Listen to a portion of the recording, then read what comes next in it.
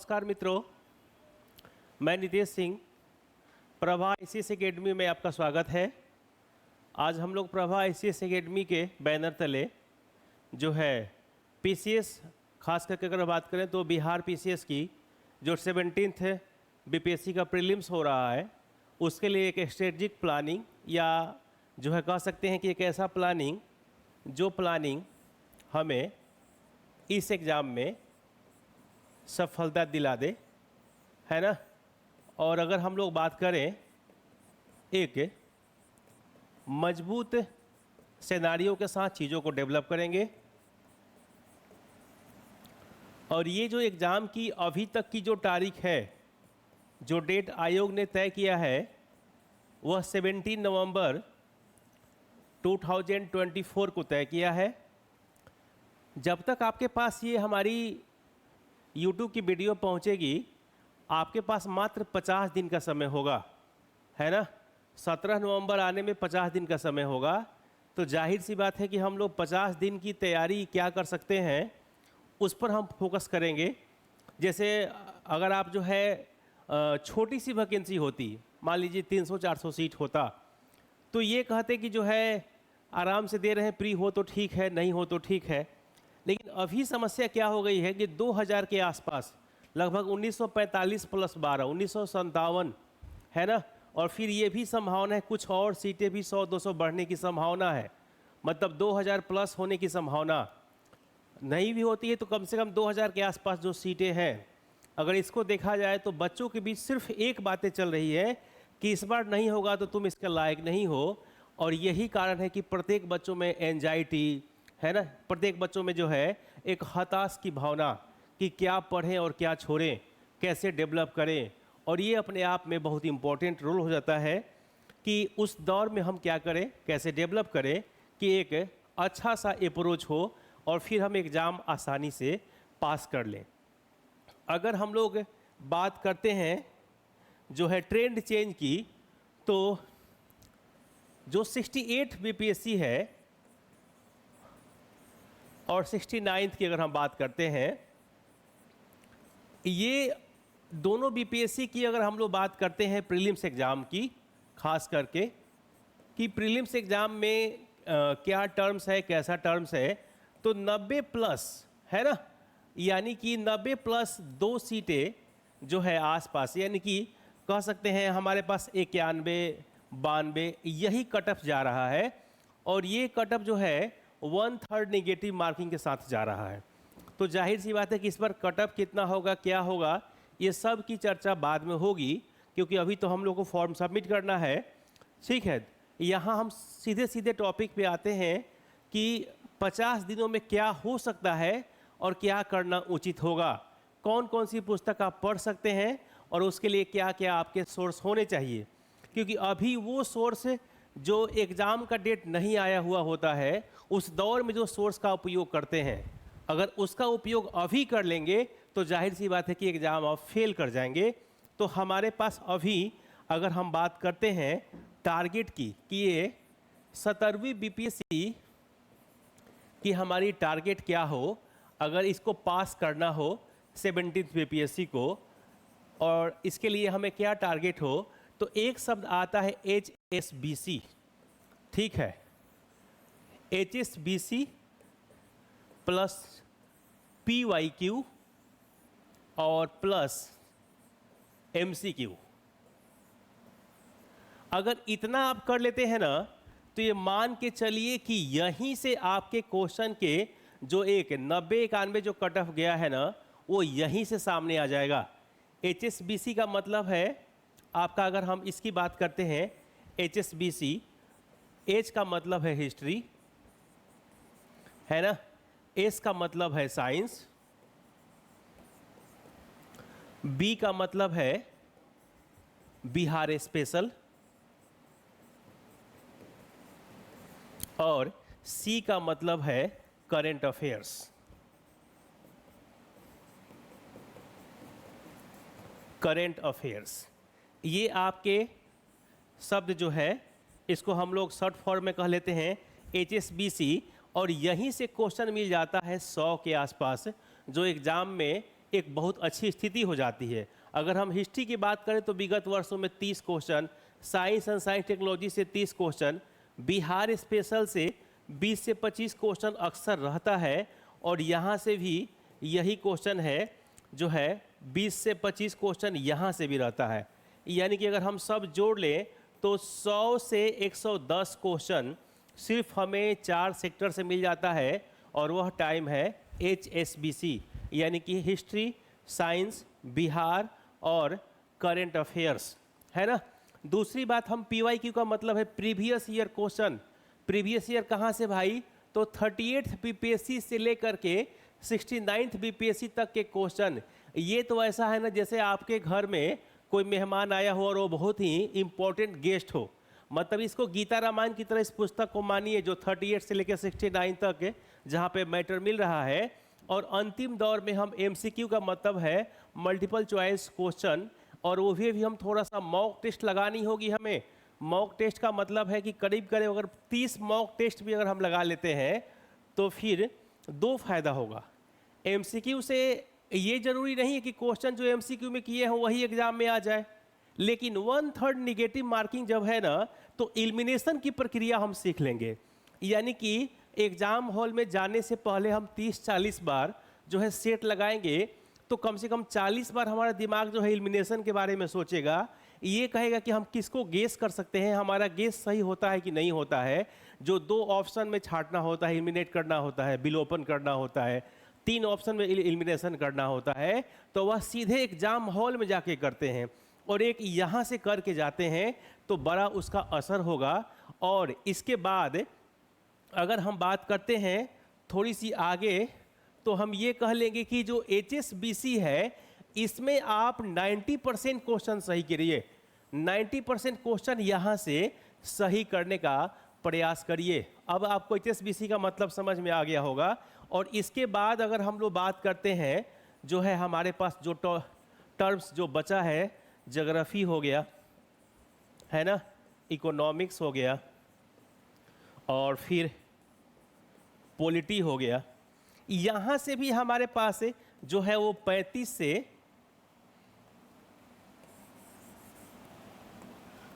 से 40 क्वेश्चन यहाँ से भी मिल जाता है। और जो आपके मैथमेटिक्स प्लस रीजनिंग की हम बात कर लेते हैं, यहाँ भी जिनके 1-2 नंबर से अगर एग्जाम का रिजल्ट रुक रहा हो ना, तो उनके लिए बहुत बड़ा रामबाण है ये मैथ और रीजनिंग के 10 क्वेश्चन, है ना। आप प्रयास करिए कि यहाँ से 8 से 9 क्वेश्चन सही कर लें, और इसके लिए अधिक प्रयास करने की बहुत ज़रूरत नहीं है। PYQ अगर आप लगा लिए हैं ना, तो ये विश्वास करिए कि 6 से 7 क्वेश्चन तो वहीं से हो जाएगा, और 1-2 सेक्टर नहीं बनता है तो उसको भी सही कर लीजिए। तो 35-40 क्वेश्चन यहाँ से, है ना, अगर बनता है 35-40 क्वेश्चन, तो आप प्रयास करिए कि यहाँ से भी कम से कम 70% जो है क्वेश्चन आप सही करें। क्योंकि देखिए 10 लाख से ऊपर अगर फॉर्म भरा जाएगा, जैसा कि अभी सूचना मिल रही है, कल रात में विंडो खुला है, 12 बजे के बाद फॉर्म सबमिट होना शुरू हुआ है। 1 टाइम रजिस्ट्रेशन OTR की बात अगर हम करें, और कहते हैं कि जो है मात्र 14-15 घंटे में ही 1,35,000 रजिस्ट्रेशन हो चुका है। तो जाहिर सी बात है कितनी बड़ी सीट है, तो 10 लाख 12 लाख फॉर्म सबमिट हो सकता है।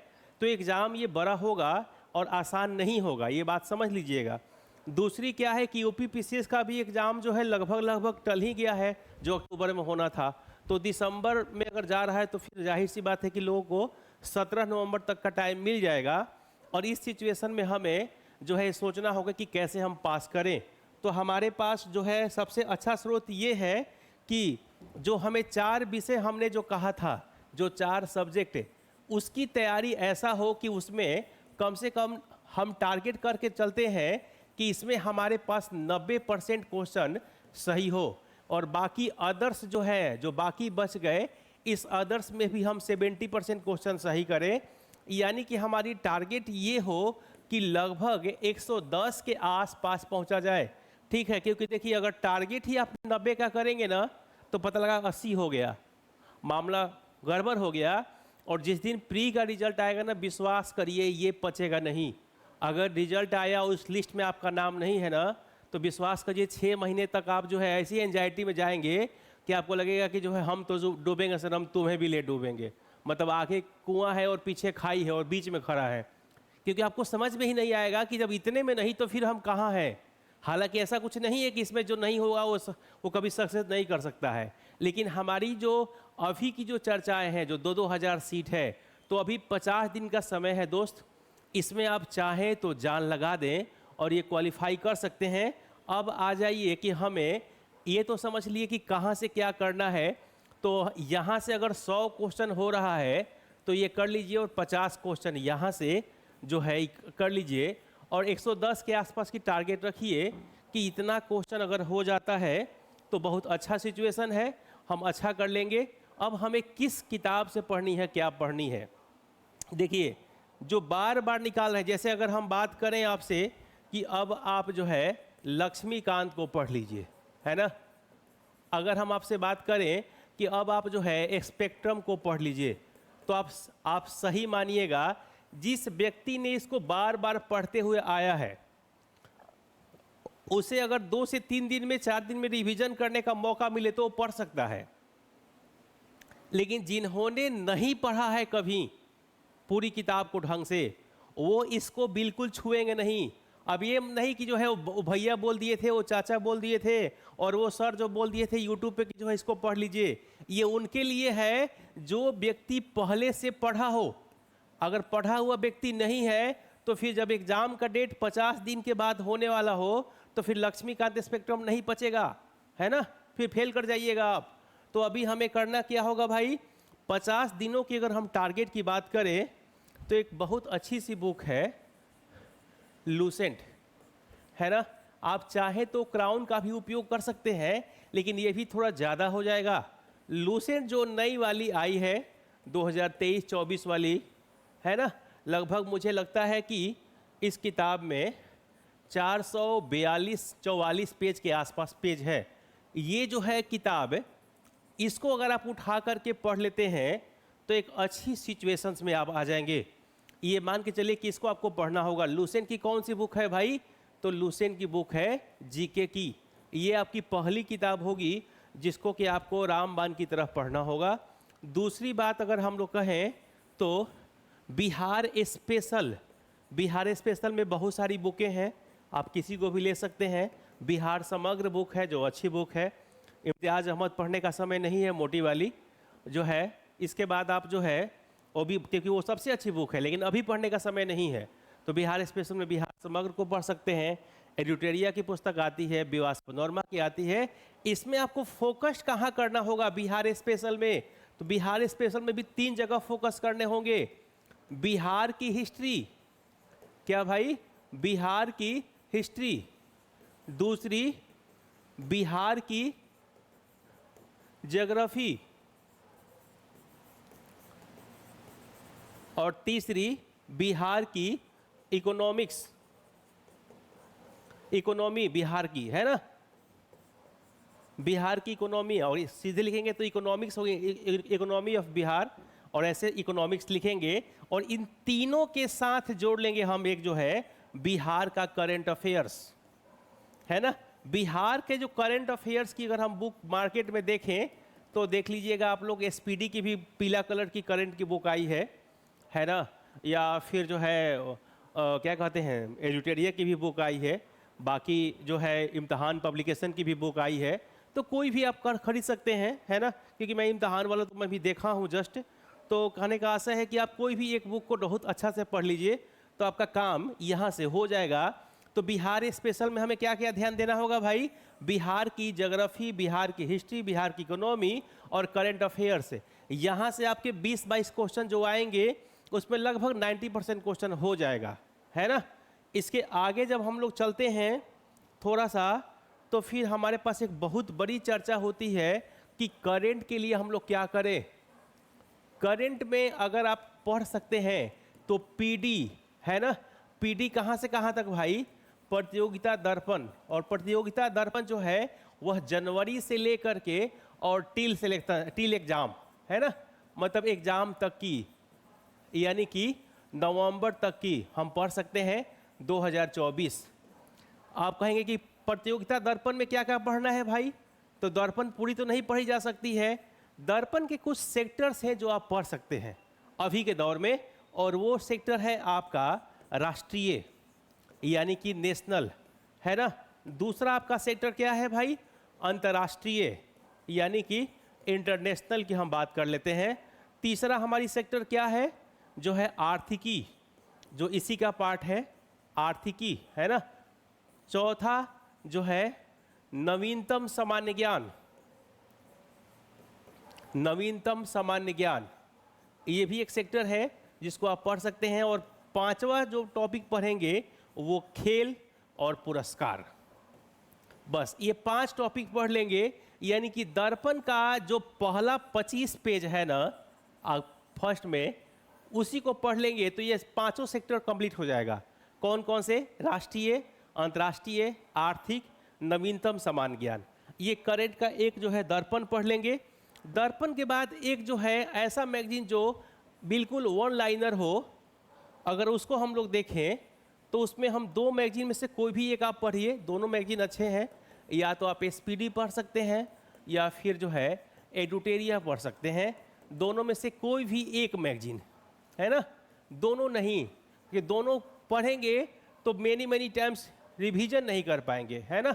या फिर जो है अगर हम बात करें थोड़ा सा तो इसमें इम्तिहान का भी मैगजीन आप पढ़ सकते हैं। ये भी अच्छा मैगजीन है करंट अफेयर्स के लिए, क्योंकि मैंने इसको देखा है तो मुझे लगा कि ये मैगजीन भी अच्छी है, तो इसको भी आप देख सकते हैं मार्केट में। तो ये हमारे लिए मुझे लगता है कि सबसे आसान होगा कि आपका पीडी के साथ कोई भी एक, पीडी के साथ कोई भी एक पढ़ लेंगे तो आपका पहले जो है ऑब्जेक्टिव और सब्जेक्टिव दोनों तरह के जो मैगजीन का टर्म्स है वो कंप्लीट हो जाएगा, और ये आपके लिए बहुत ही बेहतर होगा। अब हम बात करते हैं थोड़ी सी घटना चक्र की, है ना, क्योंकि घटना चक्र आप नहीं पढ़ेंगे तो बिना, कहते हैं ना कि जो है घटना चक्र के बिना जो है काम नहीं चलने वाला है। और घटना चक्र में जिसको आप बहुत ज़्यादा प्रेम करिए, है ना, हिस्ट्री और साइंस, ये 2 तो समझिए कि आपके लिए जो है रामबाण है। इसको कम से कम जो है हिस्ट्री में भी क्या देखिएगा, हिस्ट्री कम से कम 2 बार जरूर ख़त्म कर लीजिए, लेकिन हिस्ट्री का मॉडर्न पार्ट जो है कम से कम 3 से 4 बार ख़त्म करिए। मॉडर्न का मतलब है आप जो है 1857 से शुरू कीजिए, first freedom struggle to independent India, इसको 3 से 4 बार कर लीजिए, क्योंकि यहाँ से क्वेश्चन आपके 12 से 15 रहेंगे। तो हिस्ट्री और साइंस जो है घटना चक्र पढ़ लीजिए। इसके बाद जो है घटना चक्र की 2 और वॉल्यूम को आप उठा लीजिए, और वो है ज्योग्राफी और पॉलिटी। इसके बाद बचता है तो इकोलॉजी इन्वायरमेंट पढ़िएगा, समय बचने की संभावना बहुत कम है ना, तो ये जो है दिक्कत हो जाएगी। इतना आपको पढ़ लेना है घटना चक्र से। जो है कम से कम साइंस 2 से 3 बार जरूर पढ़नी है, और 2 से 3 बार जो है वो घटना चक्र का हिस्ट्री, और हिस्ट्री में मॉडर्न को हमेशा 1 बार ज़्यादा पढ़िएगा, ध्यान रखिए, क्योंकि मॉडर्न से क्वेश्चन आपके 17-18 आ जाएंगे। इसके बाद हम जब आगे चलते हैं तो हमारे पास है PYQ। PYQ का मतलब है प्रीवियस ईयर क्वेश्चन। तो 38 से लेकर के 69 PPSC तक के क्वेश्चन हैं। इसमें किसी भी बुक को ले लीजिए आप, जो है वो घटना चक्र का आप ले सकते हैं, है ना, या जो है यूथ पब्लिकेशन की जो बुक है वो भी बहुत एक्सप्लेनेशन अच्छा दिया है, या फिर किसी भी मैगजीन, किसी भी जो भी आपका PYQ मिल जाए जिसमें एक्सप्लेनेशन थोड़ा ढंग का दिया हो, अच्छा से दिया हो, उसको आप PYQ के रूप में देख लीजिए। बाकी अंतिम बात हम अगर कर लेंगे MCQ का, MCQ कम से कम 30 प्लस जरूर करिए, है ना। और वो भी कैसा भाई, तो वो भी है आपका फुल लेंथ। फुल लेंथ नहीं करते हैं तो बहुत फ़ायदा नहीं होगा। फुल लेंथ का मतलब है 150 क्वेश्चन जो बैलेंस है। अच्छा, कुछ लोगों के लिए मेरा स्पेशल सलाह होगा, जैसे मान लीजिए कि आप कहते हैं कि सर मेरा साइंस बहुत कमज़ोर है, तो आप साइंस के 10 एक्स्ट्रा लेकर के लगा लीजिए, 1500 क्वेश्चन लगा लीजिए। आपके साइंस के जो है 30 में 15 क्वेश्चन वहीं से मिल जाएंगे। आप कहते हैं मेरा बिहार स्पेशल कमज़ोर है, तो फिर बिहार स्पेशल का ही आप 10 सेट ले लीजिए अलग से एक्स्ट्रा। इसके बाद फुल लेंथ 30 लगाइए कम से कम। फुल लेंथ में मार्क्स कितना भी कम आ रहे तो कोई दिक्कत नहीं है ना, क्योंकि मार्केट में आप देखेंगे, जैसे मान लीजिए जो है किसी का भी जो परफेक्शन का है या और भी बहुत सारे कोचिंग है, तो किसी का भी अगर आप मार्केट में देखते हैं MCQ तो बहुत बैलेंस नहीं बनाया है। किसी में देखिएगा 80-90 जो है कथन कारण वाला क्वेश्चन दे दिया है, जबकि आपको याद होगा कि 69 BPSC में 45 क्वेश्चन दिया था कंसेप्ट जो है अवधारणात्मक जो कथन करने वाले हैं।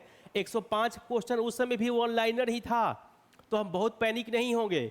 और दूसरा एक और बात, अभी 2 दिन पहले आया था कि A to Z क्वेश्चन बनेगा, इस तरह से लंबा प्रोसेस रहेगा, जो है 26 सेट बनेंगे, सेट अलग अलग जगह बनेगा। इस तरह की जो है भ्रांतियों पर बहुत ध्यान न दें, क्योंकि आपको याद होगा कि यूपीएससी की अगर हम लोग बात करते हैं ना, तो वहाँ 100 क्वेश्चन होता है और 2 घंटा होता है, 2 आवर्स।